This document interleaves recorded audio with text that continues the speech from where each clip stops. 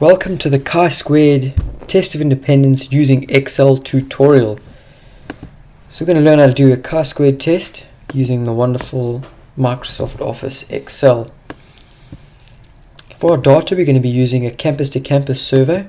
As you can see, there's lots of data, lots of observations, lots of different variables. So the first thing we're going to do is we're going to just grab the data we want so we can start working with that.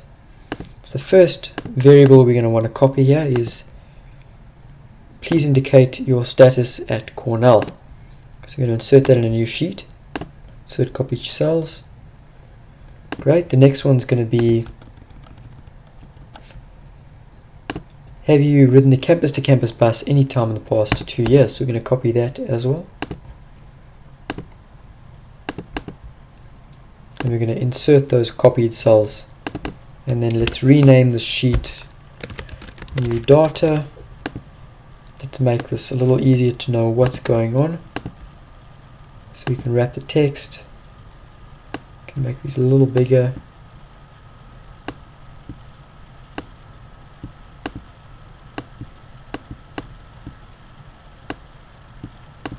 And we can make these headings bold. There we go. So now at least we can see what's going on with our data. So the next thing we're going to have to do is we're going to have to clean up our data a little bit. As you can see, we've got stuff that we don't need here, like these response titles. Let's get rid of those. And then we've also got observations that are incomplete. Either the person didn't indicate their status at Cornell, or they didn't give an answer to the question, have you ridden the campus-to-campus bus any time in the past 2 years? So that kind of makes our life difficult, and we've got to deal with that quickly. So the way we're going to do that is we're first going to select all the data, just Control-Shift, scroll down, make sure you got it all. And we're going to use Excel's wonderful filter feature. So you just click data, you click filter, and then we're going to deselect the blanks for each variable. And what that's going to do is that's going to filter out every observation in which one of the variables had a blank. And there we go, wonderful clean data. So let's copy this data to one of the nearby columns. Delete the columns we don't need. Increase the size of this a little bit. And voila, we've got some beautiful looking data that we can actually do something with now.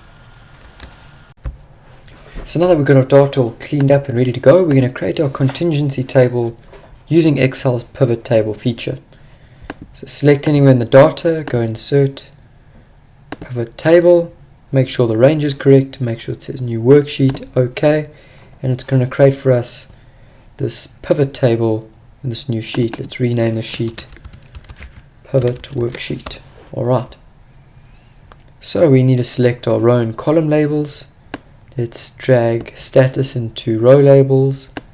Let's drag campus to campus into column labels, and we can choose either one of these and we can drag it down into the values, just making sure that it says count of. It's pretty important because that's the way it creates this contingency table. So now we have our pivot table, our contingency table, but looking at it we can see that there's certain cells, there's certain intersects where there aren't any observations. We don't have any alumni that haven't traveled in the last 2 years, and those that have would be too small to meet our expected value criteria. Same for family members over here, the same down here for undergrad. Then we've got this postgrad 6 over here, which is sort of on the edge, even though the 3 probably wouldn't cut it. So we want to check this one. We want to check to see if it would meet the expected value criteria of being greater than or equal to 5. So we're going to take its row, its column total of 138, times by its row total of 9, and divided by 256, which is the grand total. We see that, oh, it just wouldn't have missed our cutoff. So what we're going to have to do is we're going to have to group these together in order to meet that expected value cutoff. So we're going to group together alumnus, family member or significant other affiliated with Cornell, other, postgrad, and undergrad. And we're just going to copy these and go back to our new data sheet here and paste them. So now we have a contingency table we can actually work with. We can get to the fun of actually performing the chi-squared test. So to do that, we're going to copy this pivot table over here. We're going to paste the values. We're going to paste it one more time.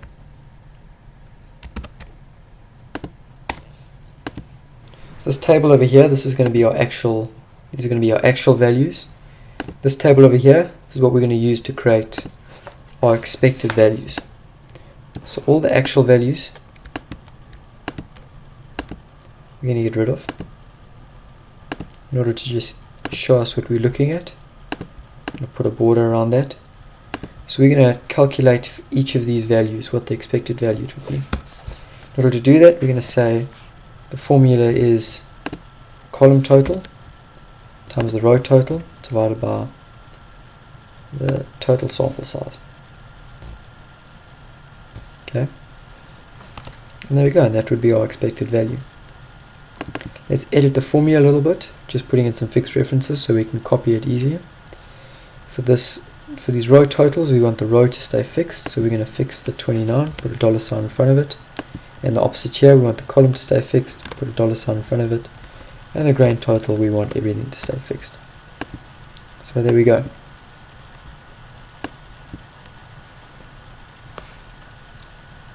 And then let's copy it down. And we've got all our expected values. Great, so now we can actually get on to calculating our chi-squared value.